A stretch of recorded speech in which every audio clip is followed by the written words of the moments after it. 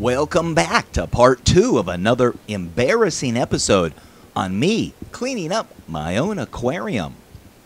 When you spend all day with your hand in everyone else's tank, it's usually the last thing you want to do or even have time to do when you get home at the end of a very long day.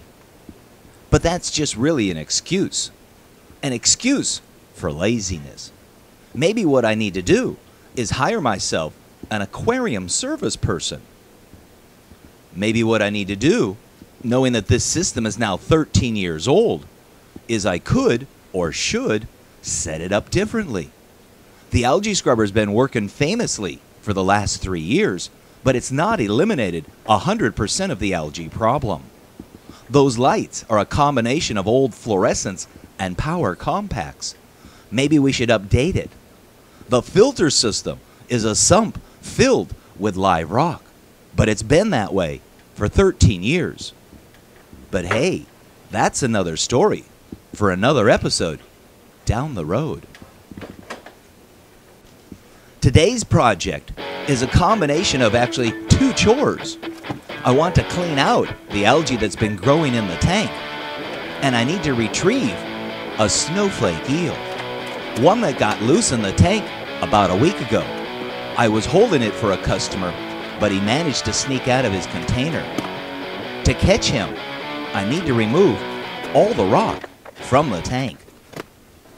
Okay, so we've got majority of the old rock out of the tank.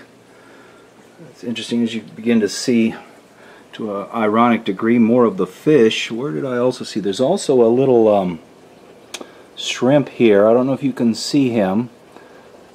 I don't even remember what he's called. That's the first one I've seen of him in quite a while. So with everything stirred up, it's going to be kind of hard, but I've got all the old rock out of the tank. Some of it I might put back in, I'll brush off.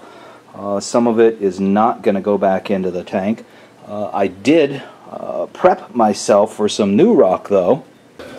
And that new rock is out here, which is actually old rock, but I put it in containers a few days ago that is straight RO water.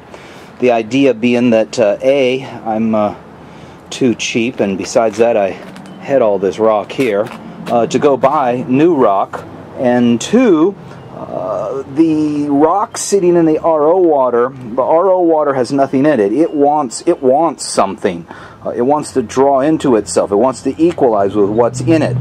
So to a certain degree, that water is drawing out some of the nutrients and things that might be inside that rock. So I'm going to take and pull it out here in a minute, give it a rinse off in salt water, and some of this new stuff I'm going to substitute in place of the old rock I took out of the tank.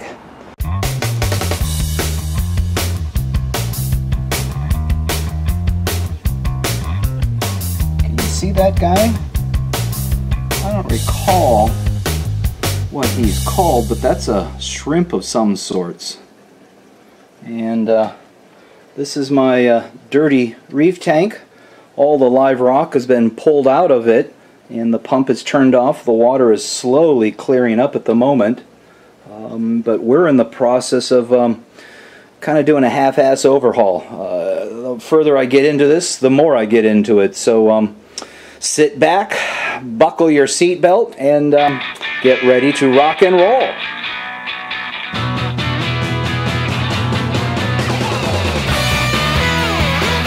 And what I mean about rock and roll is there's your rock. That's a box full of live rock that's probably pretty old, probably should not be put back into the tank, but I'm going to brush some of the algae off and put it back in anyhow. And there's some more rock there. This is the stuff that I was letting soak in the RO water outside. And I've got some buckets here because the roll part of it is going to take that roll of tubing, and we're going to go through and siphon out some of the debris out of the bottom of the tank. So, let's get to work. Not wanting to start the tank over from square one, I'm not going to remove all the sand from the bottom of the tank.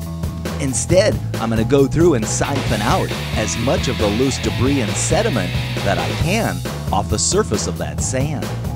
It's not going to remove 100% of the debris, but it will help me get to a much better point than when I started and when I fill it back up. And you can see now that the water's cleared up just a little bit, and I've also gone through and siphoned the loose floating debris off the surface of the sand. Those are the remaining corals, the anemone that wouldn't come off the rock. The other two anemones are stuck to the back side of the tank. And Mr. Snowflake Eel did make an appearance, so now is when I really want to catch him. Of course, he's stalking. I don't know if you can see it there. That's that little shrimp that he's stalking there. So I'll get a little water in the bucket and get my net handy so I can snag him when he is vulnerable. So let's go through and just do a little more light vacuuming on the bottom and then get rid of some of those smaller pieces. Do you want to stir things up in your tank? Create some rock and roll? Make your corals do the hula hula? Internal circulation is the movement of water within the tank. Increasing water flow inside the tank helps flush and sweep up debris. It entices corals to open fuller with greater polyp extension. Fish respawn naturally and move gracefully in the variable currents. G-Boat Wavemaker pumps can do this. 4 models, inexpensive to obtain, easy to install. Internal pumps magnetically grasp the sides of your tank, and each or all units have 5 effect settings along with separate speed and power controls. Or check out the advanced LED systems at affordable prices. Reef Breeders has a 2-year warranty on lights along with DC pumps, dosing pumps, and protein skimmers. That's reefbreeders.com. In every ocean around the world, fish know him by name. Lionfish refuse to poke him purely out of respect. He knows Kung Fu, especially after he walks into a spider web. His purified water is so mineral-free, he can lift 300 gallons of it. He has a vast collection of aquarium-related books and has looked at all the pictures. He is the most interesting fish guy in the world. I don't always make DI water, but when I do, I prefer SpectraPure. Stay pure, my friends. Receive a $50 LA Fishguys discount on a SpectraPure Max Cap 90 5-stage RODI water purification system. Just call or go online to SpectraPure.com and mention or enter LA Fishguys coupon code LAFMAX50 to receive your LA Fishguys $50 discount. Hi there, my name's Jim Stime and you know me as the LA Fish Guy. Well, I also wear a couple of other hats. One of them is the jellyfish tank called the Jelly Aquarium, and the third is myfishtank.com.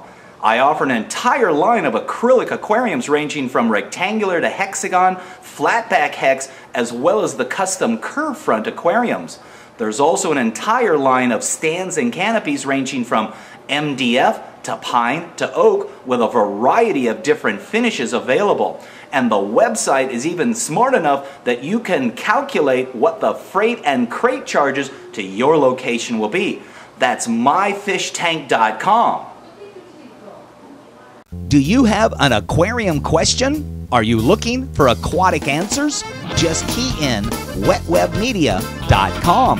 Wetweb Media has information on freshwater, marine, brackish, and planted aquariums.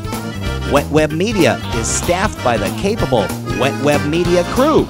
Check today's facts, ask questions, or search keywords. That's wetwebmedia.com.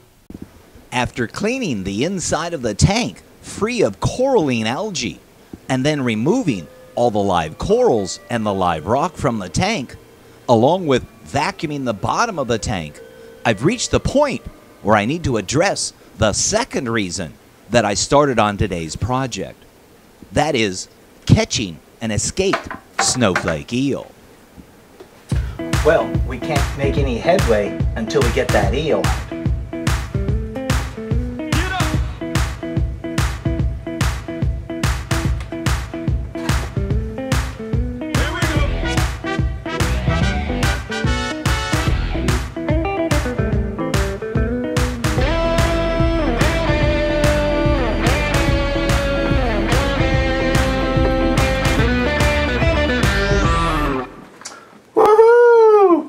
see that? I caught him!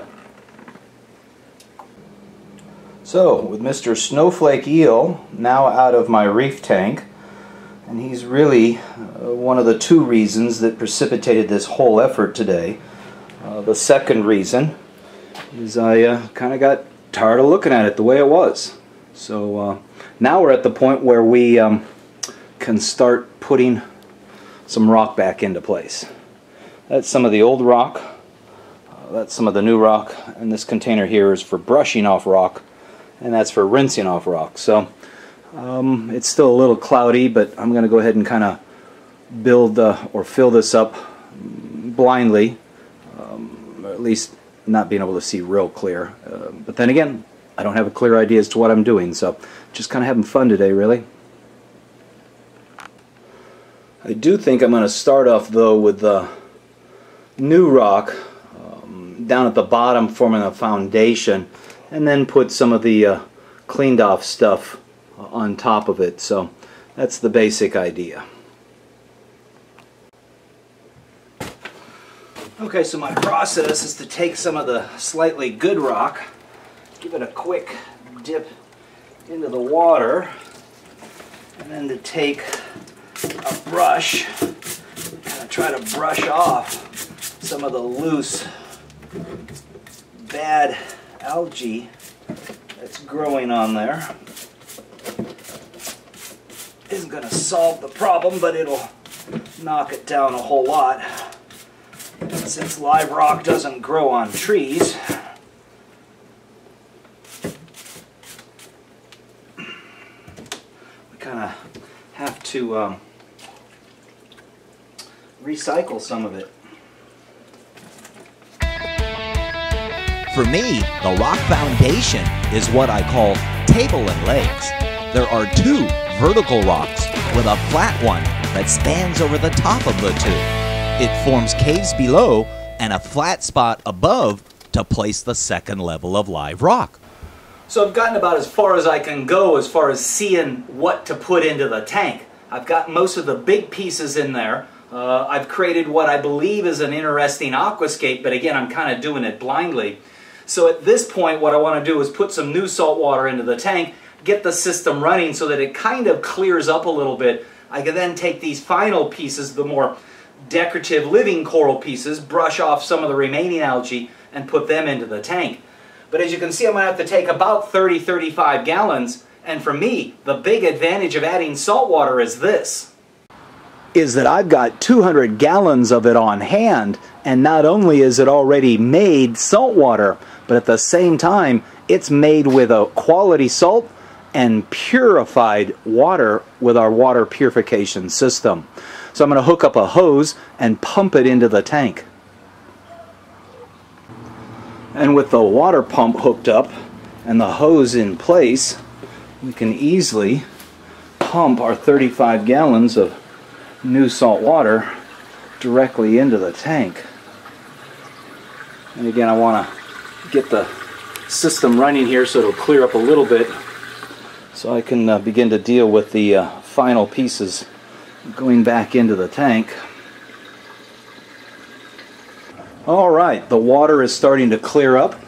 Certainly it'll be clear enough for us to go and start putting some final decorations in there and finish up cleaning some of the sides and some of the remaining algae. So Keep an eye out for the next exciting episode when I add in some Jabo internal water pumps and add back the rock and the living corals. And until then, keep moving forward.